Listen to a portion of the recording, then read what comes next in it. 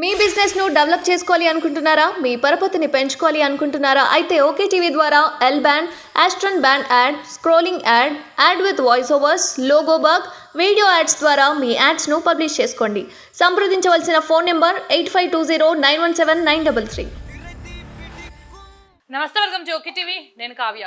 So మనం చూస్తున్నాం, నిన్నైతే భారీ వర్షాలు అయితే పడడం జరిగింది. దాంతోపాటు అటు కాంగ్రెస్ పార్టీకి సంబంధించి డిస్కషన్స్ అవుతున్నాయి. టీపీసీసీ అధ్యక్షుడిగా ఎవరు నియమితులవుతారు అని చెప్పేసి దీనికి సంబంధించి కొందరు పేర్లు కూడా బడా లీడర్లు ఎవరైతే ఉన్నారో వాళ్ళు నేనే అవుతా అనేసి ఎవరి ధీమా వాళ్ళైతే వ్యక్తం చేస్తున్నారు.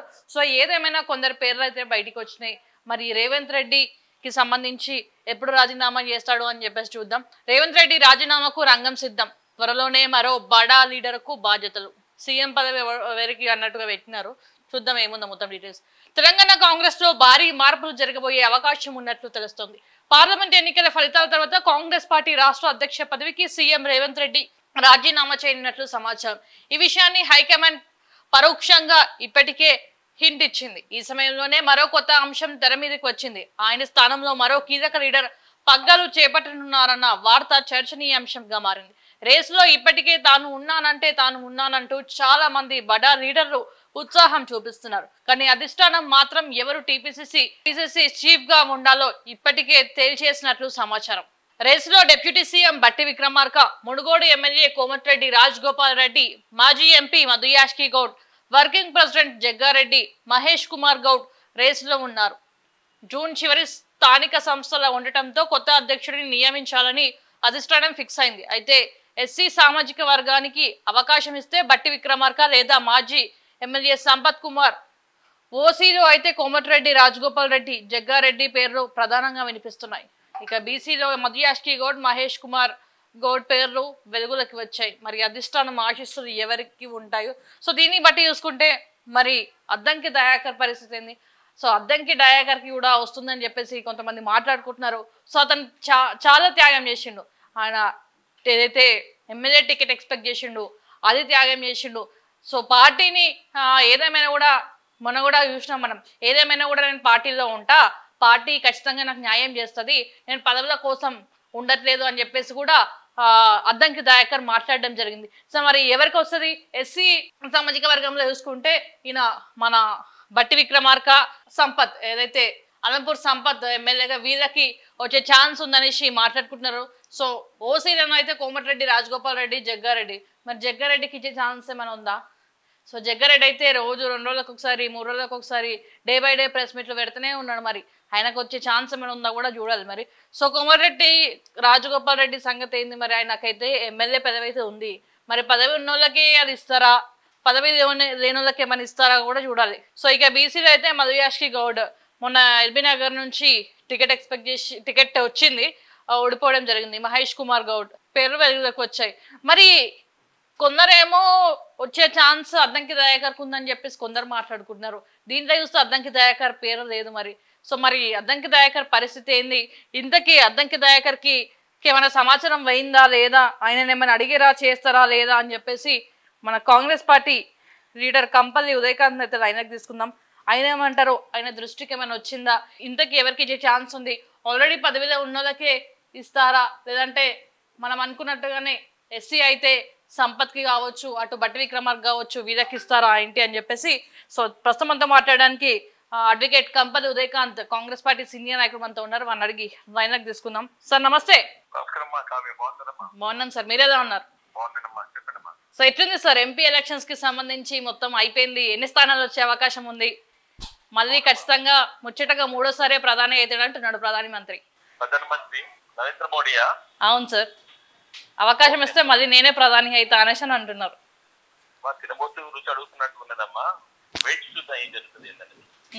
ఎన్ని స్థానాలు వచ్చే అవకాశం ఉంది సార్? ఇక్కడ ఎన్ని స్థానాలు వచ్చే అవకాశం ఉంది ఇక్కడ ఎవరికి అంటున్నారు? కాంగ్రెస్ పార్టీకి. కాంగ్రెస్ పార్టీ ఇది వరకు కూడా మీరు ఒకసారి డిబేట్ లో మాట్లాడినప్పుడు నేను చెప్పినానమ్మా, రాహుల్ గాంధీ ప్రధానమంత్రి కావాలని చెప్పి ప్రజలు ఎదురు చూస్తా ఉన్నారు. అది ఆ స్వప్నం నిజం కాబోతున్నది, ప్రజల స్వప్నం నిజం కాబోతుంది కావ్య. సో మీరు చూసిండొచ్చు సార్, ఇది పీసీసీకి సంబంధించి త్వరలోనే సీఎం రేవంత్ రెడ్డి రాజీనామా చేసే అవకాశం ఉంది అనేసి అంటున్నారు. మరి ఎవరు అయ్యే ఛాన్స్ ఏమైనా ఉంది? ఇటు అద్దంకి దయాకర్ కి సంబంధించి అద్దంకి దయాకర్ కి చాలా త్యాగం చేసిండు, ఆయన కాంగ్రెస్ పార్టీలో ఉండు, కరుడు కట్టిన కాంగ్రెస్ పార్టీ దాకా ఉంటాడని చెప్పేసి కొంతమంది మాట్లాడుకుంటున్నారు, ఆయన మోసం చేస్తున్నారని చెప్పేసి మాట్లాడుకుంటున్నారు. మీరు ఎట్లా చూస్తున్నారు మరి దాన్ని? దాంట్లో మోసం అని అనుకోవడానికి ఏం లేదమ్మా. పార్టీ ఎవరైతే అంటే గెలిచే అభ్యర్థులను లాస్ట్ ఎన్నికలలో కూడా రేవంత్ రెడ్డి గారు పికప్ చేయడం జరిగింది. వాళ్ళకే ప్రాధాన్యతూ అంటే ఈ రోజు కాంగ్రెస్ పార్టీ అధికారంలోకి రావడానికి కూడా కారణం రేవంత్ రెడ్డి గారు ఏదైతే వ్యూహాలు రచించున్నారో దాంట్లో 100% కాంగ్రెస్ పార్టీ సక్సెస్ అయింది. ఈ రోజు ప్రభుత్వాన్ని ఏర్పాటు చేసుకున్నాము. అందులో భాగంగా ఒక అద్దంకి దయాకరే కాదు, చాలా మంది కూడా అధికారం కోల్పోయిన అంటే పార్టీలో టికెట్లు ఆశిస్తూ పార్టీ టికెట్స్ రాని వాళ్ళు ఎంతో మంది ఉన్నారు, అంటే పదవులు కూడా ఆశిస్తూ పదవులు కోల్పోయిన వాళ్ళు కూడా ఎంతో మంది ఉన్నారు. సో కాబట్టి దాంట్లో అద్దంకి దయాకర్ గారు రిగ్రెట్ ఫీల్ కావాల్సిన అవసరం ఏమాత్రం లేదు. ముమ్మాటికి ఆయనకు కూడా అంటే ప్రాపర్ ఆపర్చునిటీ అయితే కాంగ్రెస్ పార్టీ ఇస్తుంది, అందులో ఏమాత్రం సంకేతం లేదు కావ్య. సో ఇంకో విషయం సార్, నిన్న చూసిండొచ్చు మీరు పేపర్లో, ఏదైతే ఎమ్మెల్సీ పట్టభద్రుల ఎలక్షన్స్ కి సంబంధించి తీన్మార్ మల్లన్న ఒక కామెంట్ చేయడం జరిగింది, గెలిపిస్తే కౌన్సిల్కి వెళ్తా లేదంటే శ్మశానానికి వెళ్తా అని చెప్పేసి బ్లాక్మెయిల్ చేస్తున్నారని చెప్పేసి వాళ్ళు అంటున్నారు. ఇదంతా బ్లాక్మెయిల్ రాజకీయం చేస్తున్నాడు మల్లన్న, కాంగ్రెస్ పార్టీ వాళ్ళు ఇదంతా చేపిస్తున్నారని చెప్పేసి మాట్లాడుతున్నారు. మీరు ఎట్లా చూస్తున్నారు దీన్ని? మేడం, ఇప్పుడు ఆయన ఒక వ్యక్తిగత అభిప్రాయాన్ని ఎక్స్ప్రెస్ చేస్తున్నారు, గెలిస్తే కౌన్సిల్కి వెళ్తా లేదంటే శ్మశానికి వెళ్తా అనేసి. ఆయన ఒక వ్యక్తిగత అభిప్రాయము.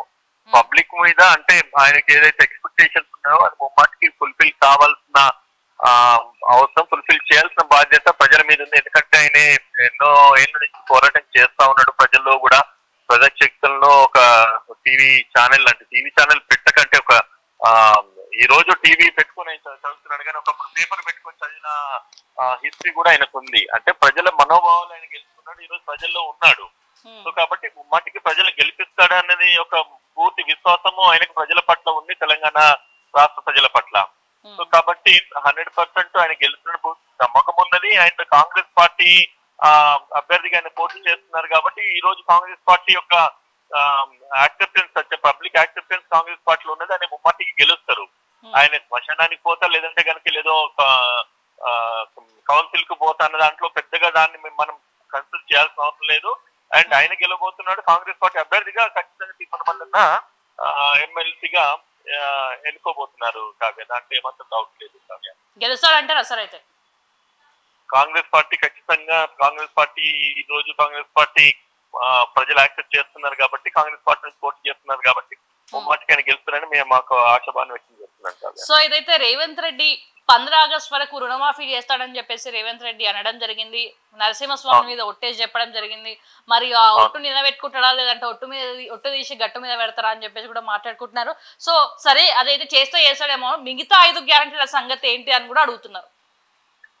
ఇప్పుడు 100 days లో ఏవైతే వాగ్దానాలు చేస్తున్నారో సాధ్యమైనంత మటుకు ఫుల్ఫిల్ చేయడం జరిగింది. మళ్ళీ ఎలక్షన్ కోడ్ రావడం వల్ల కొన్ని అంటే గవర్నమెంట్ పాలసీస్ ఇంప్లిమెంట్ చేయదు కాబట్టి కొత్త బ్రేకప్ అయింది. సో అది 100% మళ్ళీ ఫుల్ఫిల్ చేస్తారు, అందులో ఏమాత్రం డౌట్ లేదు. మనకు తెలిసిందే తెలంగాణ రాష్ట్రంలో గత ప్రభుత్వం ఎన్నైతే అప్పులు చేసిందో, ఒకటి ఇప్పుడు మనం ఆలోచించాల్సిన అవసరం ఏముందంటే ఇది మన జేబులోకి వెళ్ళి రేవంత్ రెడ్డి గారి జేబులోకి ఇచ్చేది కాదు. ఇది ప్రజా డబ్బు ప్రభుత్వ ఖజానా నుంచి వాళ్ళకు ప్రభుత్వ ఖజానాను పూర్తిగా ఖాళీ చేసేసి ఈ రోజు సుమారుగా ప్రజలు అనుకున్నట్టుగా 7 లక్షల కోట్ల అప్పులు తెలంగాణ రాష్ట్రం ఉంది. సో అప్పులు తీర్చాలి, అప్పులకు వడ్డీలు కట్టాలి. ఇటువంటి పరిస్థితులు తెలంగాణ ప్రభుత్వం నడుస్తా ఉన్నది కాబట్టి మనం ఎటువంటి సంకేతం లేదు. ఆయన ఇచ్చిన మాటకు కట్టుబడి ఉండేది కాంగ్రెస్ పార్టీ అని ప్రజలు అనుకున్నారు, దాన్ని యాక్సెప్ట్ చేస్తున్నారు. దానికి విజయాన్ని తెలంగాణ రాష్ట్రంలో తెలంగాణ కాంగ్రెస్ పార్టీకి విజయాన్ని ఇచ్చున్నారు. కాబట్టి ఏదైతే వాగ్దానాలు చేస్తుందో ఇది కేవలం రేవంత్ రెడ్డి గారు చేస్తున్నది కాదు, కాంగ్రెస్ పార్టీ అధిష్టానం కూడా దేశం మీద రాష్ట్రం మీద దృష్టి పెట్టున్నారు. రేపు దేశంలో కూడా కాంగ్రెస్ పార్టీ అధికారంలోకి వస్తుంది, అది ఏమాత్రం దాంట్లో ఎటువంటి సంకేతం లేదు. అండ్ ఏవైతే ఈ 6 గ్యారెంటీలే కాకుండా ప్రజల సంక్షేమాన్ని గురించి అని చెప్పేసి ఇక కూడా ఇంకొన్ని కూడా వాగ్దానాలు చేస్తున్నారు కాబట్టి అవన్నీ కూడా ఫుల్ఫిల్ చేస్తుంది తెలంగాణ రాష్ట్ర ప్రభుత్వం కాంగ్రెస్ పార్టీ అని చెప్తున్నారు. సో ఇంకో విషయం సార్, నరేంద్ర మోడీ గారు ఇప్పుడు ఉచిత బస్సు ప్రయాణం గురించి కూడా ఒక కమెంట్ చేస్తున్నారు, అది మీకు చదివినిపిస్తా, దాని గురించి కూడా ఒకసారి చెప్పండి. దేశంలో పలు రాష్ట్ర ప్రభుత్వాలు మహిళలకు ఆర్టీసీ బస్సుల్లో ఉచిత ప్రయాణం కల్పిస్తున్న విషయం తెలిసింది. తమిళనాడు, కర్ణాటక, తెలంగాణలో ప్రస్తుతం ఈ పథకం కొనసాగుతుంది. అయితే ఈ స్కీమ్ పై ప్రధాని నరేంద్ర మోదీ షాకింగ్ కామెంట్స్ చేశారు. మహిళలకు ఉచిత బస్సు ప్రయాణం హామీతో ప్రతిష్టాత్మకంగా తీసుకొచ్చిన మెట్రోను ఇబ్బందుల్లో పడేస్తున్నారని అసహనం వ్యక్తం చేస్తున్నారు. ఈ నిర్ణయంతో దాదాపు 50% మహిళా ప్రయాణికులను మెట్రో కోల్పోతుందని అన్నారు. ఇలా చేయడం వల్ల మెట్రో నిర్వహణ కష్టతరంగా మారుతుందని చెప్పారు. భవిష్యత్తులో మెట్రో నిర్మాణం జరగడం కూడా అసాధ్యంగా మారే అవకాశాలు కూడా ఉన్నాయని అనుమానం వ్యక్తం చేశారు. ఇదంతా ఎవరు ఆలోచించారు? ఎన్నికల్లో లబ్ధి పొందేందుకు ఇలాంటి హామీలు ఇస్తున్నారని అన్నారు. బస్సులను ఫ్రీగా ఇచ్చి మెట్రోను ఖాళీ చేస్తే ఎలా నడుస్తుందని ప్రశ్నించారు. నాకైతే మెట్రో ఎప్పుడు ఫుల్ గానే కనిపిస్తుంది సార్. మరి కాదు కావ్య, ఒక మాట్లాడుతా ఇంటే ఈ నరేంద్ర మోడీ కళ్ళమంట ఎందుకు తెలంగాణ రాష్ట్ర ప్రజల మీద ఫ్రీగా వాళ్ళని ట్రాన్స్పోర్ట్ చేస్తున్నాము. ఇవాళ మెట్రో ట్రైన్ ఎక్కాలంటే 45 రూపాయలు 50 రూపాయలు టికెట్ పెట్టుకుని ఎక్కాల్సిన పరిస్థితి ఉన్నది. ఆ రిస్క్ లేకుండా, ఆ శ్రమ లేకుండా ఈ రోజు ఎవరు ఎక్కడ ఉంటే అక్కడికి వెళ్ళి తీసుకెళ్లేసి వాళ్ళ గమ్యాన్ని చేర్చుతా ఉన్నాం. ఇది మెట్రో అంటే ఈ రోజు కేవలం హైదరాబాద్ సిటీలో ఉన్నది మెట్రో.